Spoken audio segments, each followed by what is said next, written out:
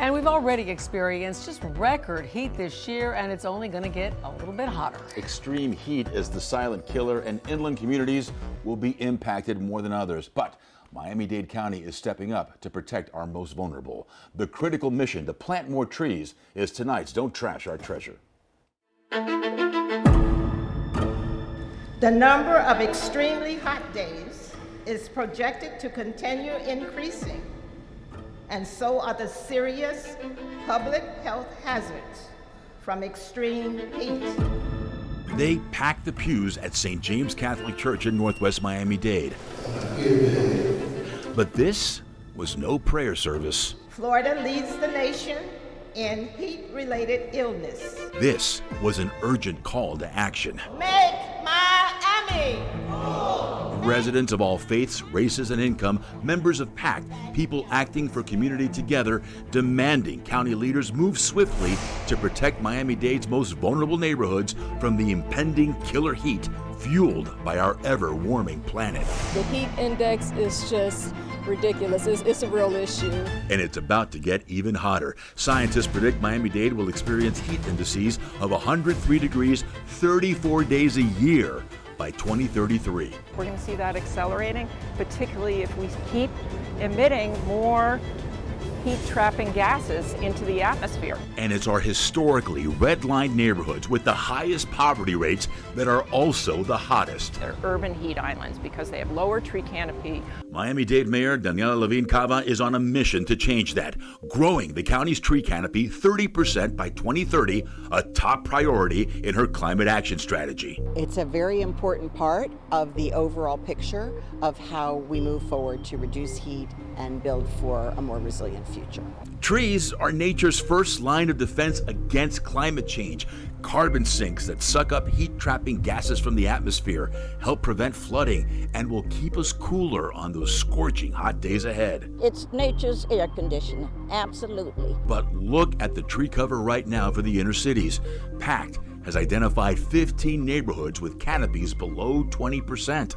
It's because we have a lot of concrete in our front yards as well as a lot of asphalt. We've cut down our trees. Compare that with the lush green canopy of Coral Gables.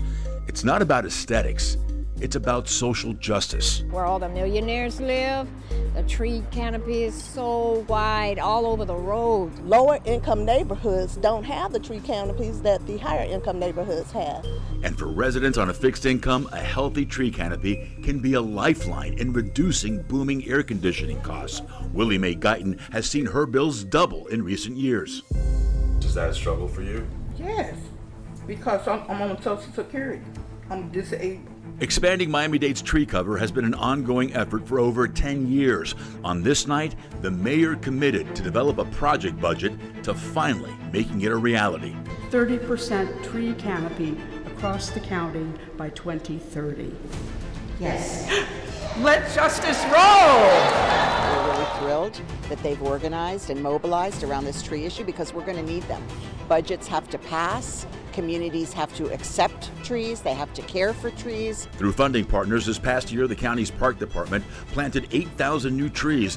An additional 2,500 trees were planted in PACT's priority neighborhoods. Durham planted 6,600 trees in environmentally endangered lands.